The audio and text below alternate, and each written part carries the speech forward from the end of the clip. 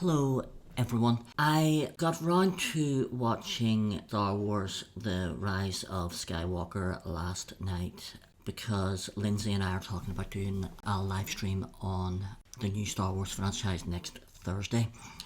I've been putting off watching this movie for a long time, mostly because it didn't particularly take my interest.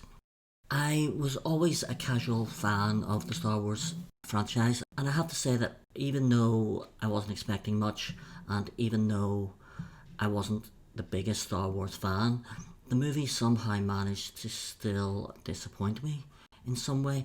The lightsaber fights that you can see there were a little disappointing, which was probably the best part of the prequel franchise, was the lightsaber fights, but that wasn't the problem.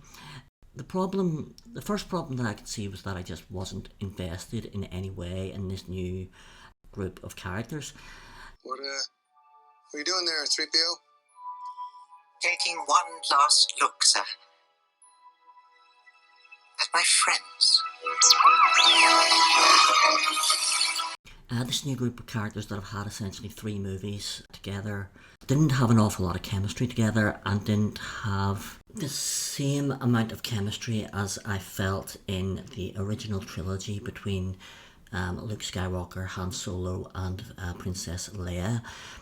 It very often felt as if the mantle was not quite yet passed from the old generation to the new generation, and it took until the first scene of the third movie before the 3 main characters of the new movie were actually even in the same scene together. For this reason, I was just simply not invested in their story at all. Even throughout the whole entire story, I never felt as if they were in danger. I never felt as if the plot contrivances, to which there were many, would ever, or that any of them were ever at risk of being killed off or at being harmed. The movie actually starts off promisingly enough. It starts with a training montage between Princess Leia and Rey. Now, a lot of criticism has been given of Rey for being a Mary Sue, and I don't know that I want to weigh into that too heavily, except to say that she does seem very powerful straight away, and it makes it hard to invest in her in the same way as it makes it hard to invest in Superman, because Superman is far too powerful. So I was never really invested in the struggles of Rey in the same way as I was invested in the struggles of Luke, because Luke started his journey off not being powerful and being fairly weak, whereas Rey started off her journey being fairly strong. But I did think that training montage between her and Princess Leia, which did not go on long enough and came at least one movie too late to really be effective as a screenwriting tool. There were also just a lot of plot contrivances throughout the movie which were just lazy. My first problem with this movie has to be Rey.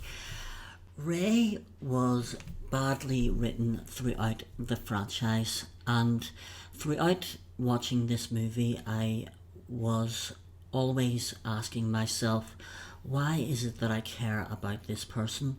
Is it that I can relate to this person in some way, or is it that this person has a struggle that I feel as if I or someone that I know is going through the same struggle? The movie weighed into her parents an awful lot, and I interested in who her parents were.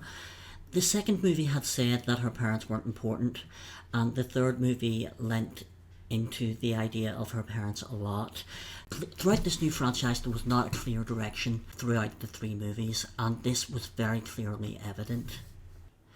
The decision to bring back Emperor Palpatine into the third movie potentially could have been a very good move for the franchise if it had been set up in the earlier movies.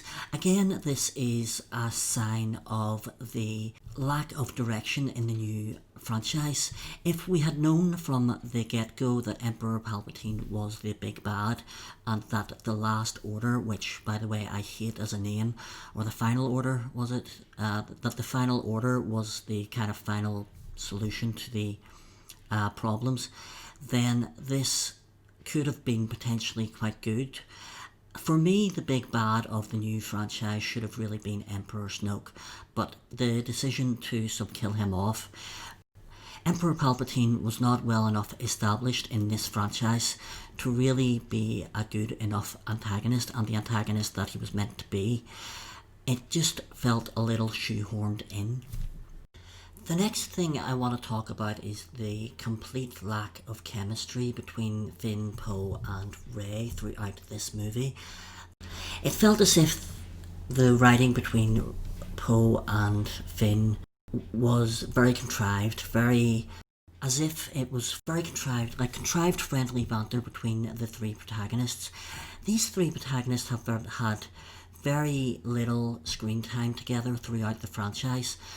I did not get the feeling as if their relationship had grown in any meaningful way. They spent a lot of time arguing with each other.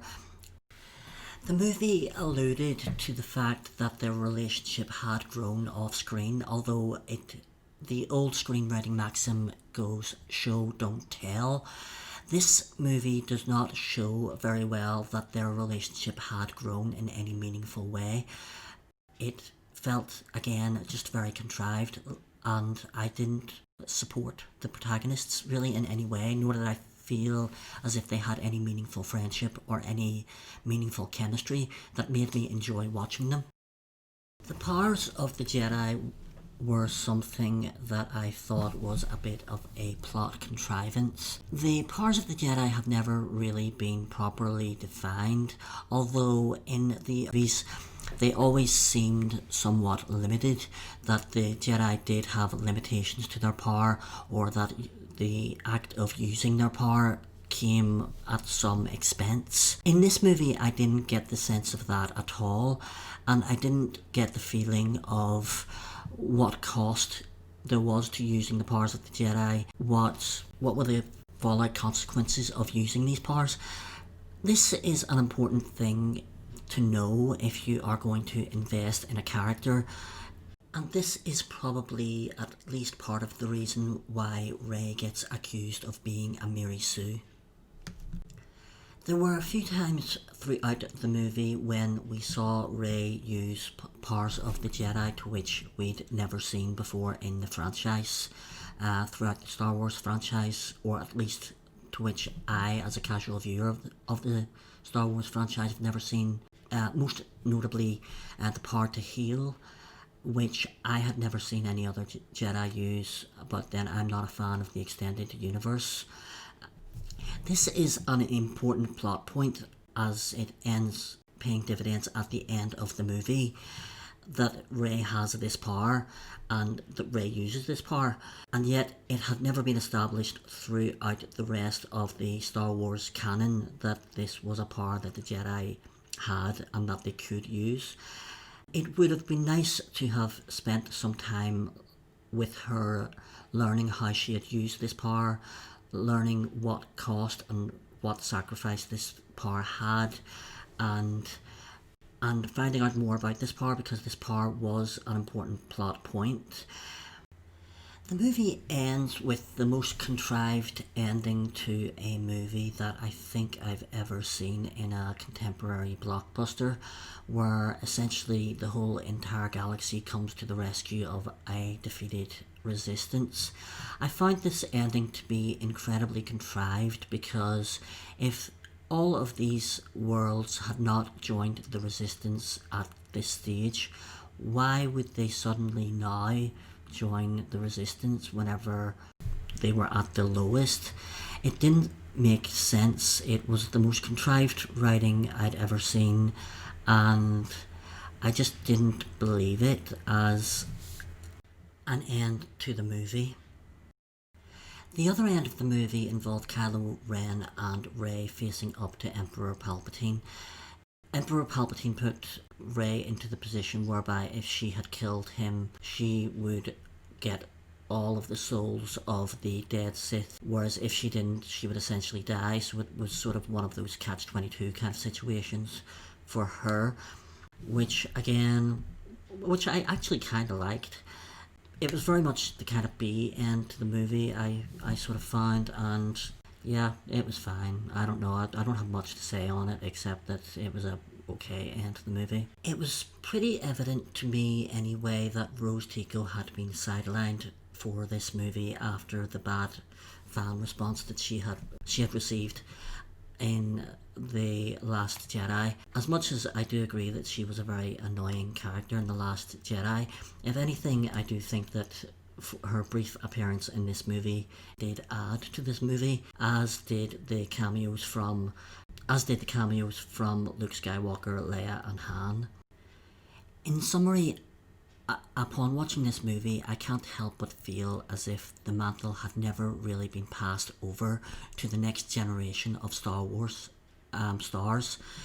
The movies always felt dependent on throwbacks to the iconic past and never really found their feet. The new stars never really found their chemistry together. I never became invested in the unrequited love triangle between Poe, Finn and Rey. I never became invested in Rey as a new protagonist. I never really felt any trepidation about the dangers that they were in, and I always just felt a sense of forlorn despair that the galaxy that I had grown to love had never really come out of trepidation, and that was something that made me not ingratiated to the new Star Wars movies.